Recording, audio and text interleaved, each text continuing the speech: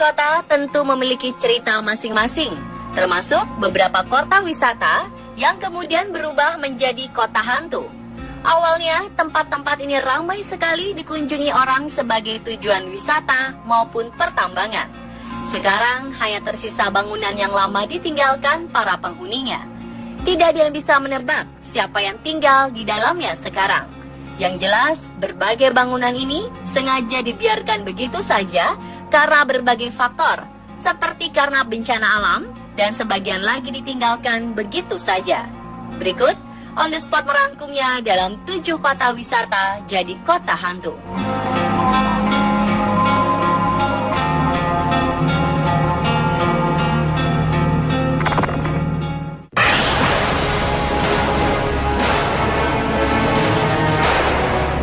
Jika kita ingin merasakan sensasi kawasan tanpa penghuni yang menyimpan cerita misteri, distrik Sanji di New Taipei, Taiwan adalah tempat yang cocok. Di sini Anda akan menemukan reruntuhan belasan bangunan aneh mirip dengan UFO. Distrik Sanji dikenal sebagai kawasan kota hantu dan tidak berpenghuni dengan beberapa bangunan mirip piring terbang. Selama belasan tahun, kawasan ini mengalami kerusakan tanpa perawatan. Lokasi distrik Sanji atau dikenal sebagai The Sanji Port Village berbatasan dengan laut di utara Taiwan. Sekitar 15 hunian mewah dengan bentuk futuristik mirip UFO dibangun. Masing-masing diberi warna yang berbeda, tampak cantik. Proyek besar ini dilaksanakan pada 1978. Sebagai hunian wisata, pemerintah ikut mengucurkan dana.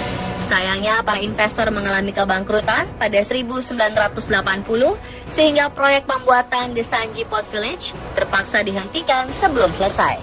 Banyak spekulasi dan cerita misteri yang berkembang sejak dihentikannya pembangunan. Masyarakat sekitar menceritakan bahwa banyak kecelakaan ganjil yang terjadi selama pembangunan proyek. Kecelakaan itu menyebabkan kematian beberapa pegawai. Dengan bertambahnya jumlah korban, banyak investor dan pemerintah enggan mengucurkan dana lagi sehingga proyek terhenti. Konon, arwah para korban tak tenang dan kerap menampakkan diri di sini.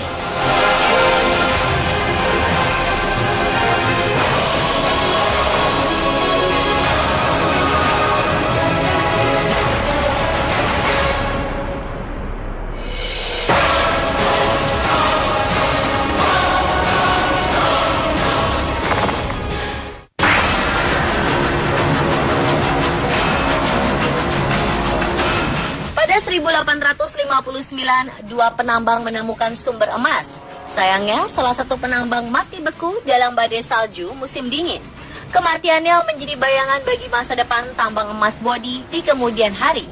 Pada 1870-an terjadi demam emas yang menyebabkan di kota Bodi, California, Amerika Serikat, kedatangan 8.500 orang penambang dan lebih dari 2.000 bangunan didirikan.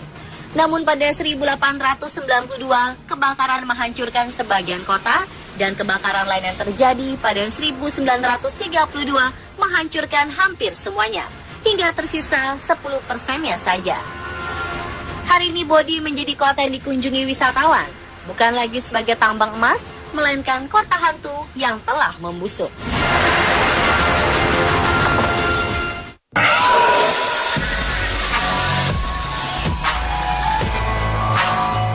Pulau kecil Hashima pernah menjadi kawasan paling padat penduduknya di muka bumi. Berada 14,5 km di lepas pantai Jepang, pulau ini awalnya menjadi rumah bagi ribuan pekerja batu bara Jepang yang bekerja dari kurun waktu 1800-an sampai 1974. Setelah ditinggalkan dan pulau benar-benar kosong, kawasan ini dibiarkan begitu saja. Gelas kopi di meja dan sepeda berkarat yang bersandar di dinding menjadi pemandangan yang dahulu ramai, kini menjadi kota hantu.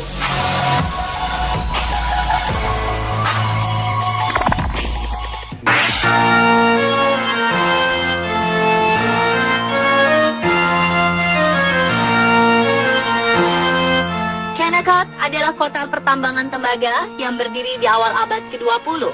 Kawasan ini awalnya memiliki rumah sakit, pertokoan, sekolah, hingga lapangan tenis. Terletak di Alaska, Kennecott kini menjadi salah satu kota hantu yang tak berpenghuni. Dulu pada 1910, pertambangan tembaga dibuka di Kennecott. Ketika itu harga tembaga sangat tinggi. Orang-orang pun berdatangan ke tambang ini untuk menjadi pekerja tambang.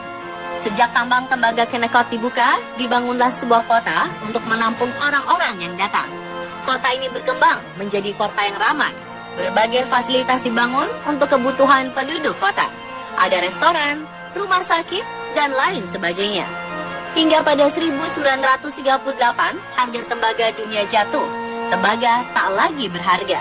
Pertambangan Kennecott pun bangkrut dan ditutup. Para pekerja tambang lalu meninggalkan kota ini. Sejak saat itu, kota ini menjadi kota hantu tak berpenghuni.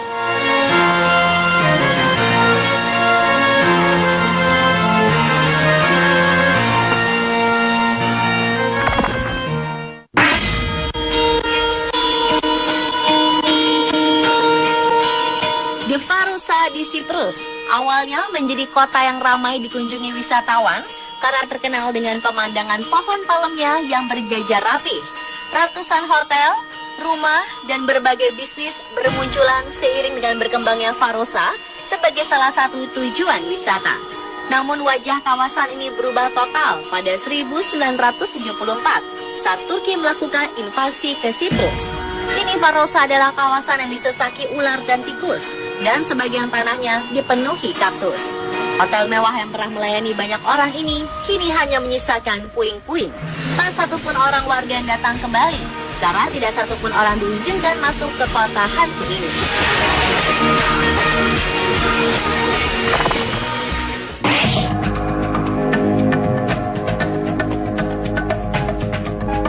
Holland Island merupakan salah satu pulau kecil dalam gugusan Kepulauan Chesapeake Bay di Maryland. Pada 1910, pulau ini dihuni lebih dari 360 orang. Ada sekitar 60 bangunan dan rumah. Namun beberapa dekade setelahnya, pulau ini tenggelam. Holland Island terbuat dari lumpur dan tanah liat, bukan dari bebatuan, sehingga mudah terkikis. Pada 2010, hampir semua rumah tenggelam dan hanya menyisakan satu bangunan yang kini dianggap rumah hantu.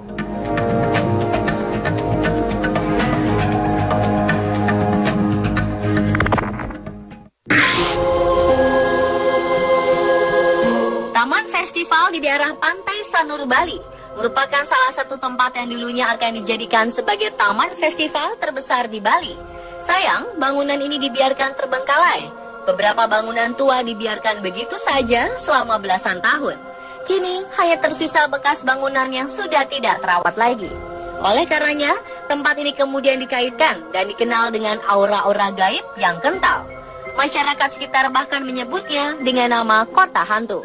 Konon, Taman Festival di Sanur ini memiliki tempat pemeliharaan buaya. Dan buaya-buaya tersebut menjadi ganas dan saling memakan satu sama lain atau kanibal. Buaya-buaya ini sekarang sudah tidak ada lagi, tapi tetaplah waspada jika berniat ke sini ya.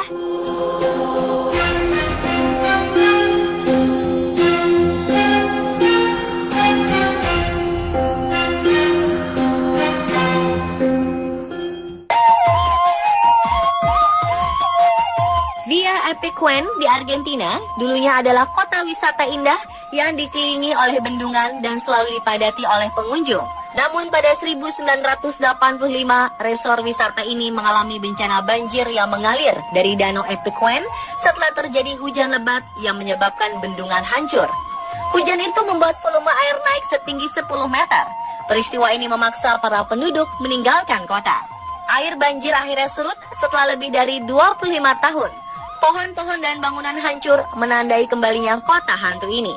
Terletak 7 km di utara Buenos Aires, Via Epecuén didirikan pada 1920 di pantai timur dari Laguna Epecuén. Pariwisata berkembang dengan baik di Epecuén. Sebagian besar wisatawan dari Buenos Aires akan mencari terapi air asin di Lago Epecuén.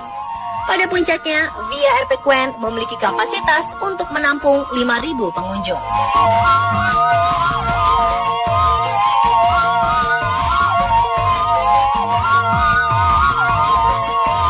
Pemirsa, itulah 7 kota wisata jadi kota hantu versi on the spot.